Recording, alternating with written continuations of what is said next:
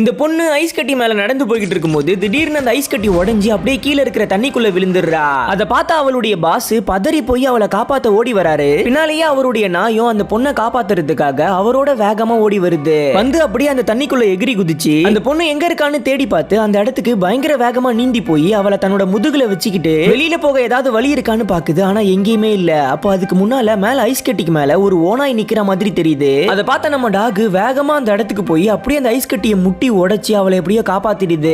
அந்த பொண்ணு அவருடைய பாஸ் கை கொடுத்து மேல தூக்கிடுறாரு. ஆனா அவருடைய நாய் மட்டும் மறுபடியும் ஸ்லிப் ஆகி தண்ணிக்குள்ளேயே விழுந்துடுது. அதனால அவரு பயங்கரமா கத்துறாரு. கத்திக்கிட்டே அந்த ஐஸ் கட்டி மேல அவருடைய டாக் எங்கேயாவது தெரியுதான்னு பாக்குறாரு. ஆனா எங்கேயுமே தெரியல. அப்போ ஒரு இடத்துல ஏதோ அசைற மாதிரி தெரியுது. உடனே ஒரு ஓடி போய் அவருடைய கத்தி எடுத்து அந்த ஐஸ் கட்டியை குத்துன்னு குத்துறாரு. குத்துல அந்த கத்தியே உடைஞ்சு போயிடுது. அதனால இவரு பயங்கர சோகத்துல அழுதுகிட்டு இருக்காரு. அப்போ யாரோ ஒருத்தவங்க ஒரு பெரிய கொம்பு எடுத்துட்டு வந்து கொடுக்குறாங்க. யாரா அதுன்னு திரும்பி பார்த்தா அது வேற யாரும் இல்ல, அது அவருடைய டாக் தான்.